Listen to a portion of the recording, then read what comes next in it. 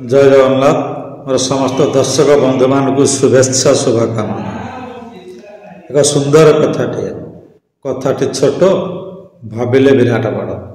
कथा प्रसंगटी है पुओटे जिते बह कर नए जहाँ रोजगार करे बापा माँ को आनी दिए बापा माँ कथा माने बापा माँ प्रचार कर्तव्य ठीक पालन करे बापा माँ मैंने पुओ प्रति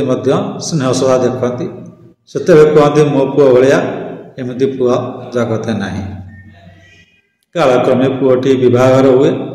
नुआ बहुटे घर को आसे संसार नुआ नुआ करती नुआ बहुटी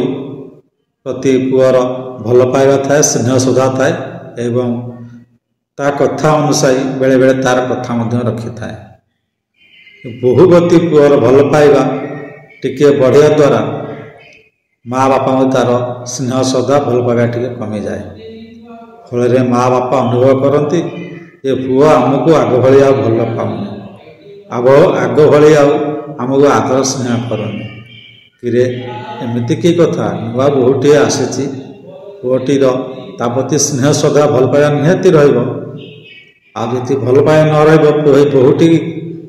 कहा आश्रा कहा निर्भय से घरे रहिबा तेणु भल पाइबा बहुपति पुअर निश्चित रहा बापा माँ मैंने अनुभव करती पुओटी आमको आग भली भल पाऊनी एवं बहु बलिया पड़गला बहु कथार चलला सतरे दर्शक बंधु पुओटी जो बह हो जाए बहुटे घर को आसे माँ बापा कौन अनुभव करती यही कथा उठाती तेरे यदि एभली कथा उठे ताले पुओ को बाहाघर कहीं करवा पुओ को जीवन सारा सेमती अभिभारी कर रखीदे कथाटा केते दूर सत कि मिछ मु जाने कथाटा केते दूर सत कि मिछ मु जाने जहाँ घटुची ताहा अनुभव करुच्ची ताकू ही आपन आगे प्रकाश करुच्ची। कथा प्रसंगटी केमती लगिला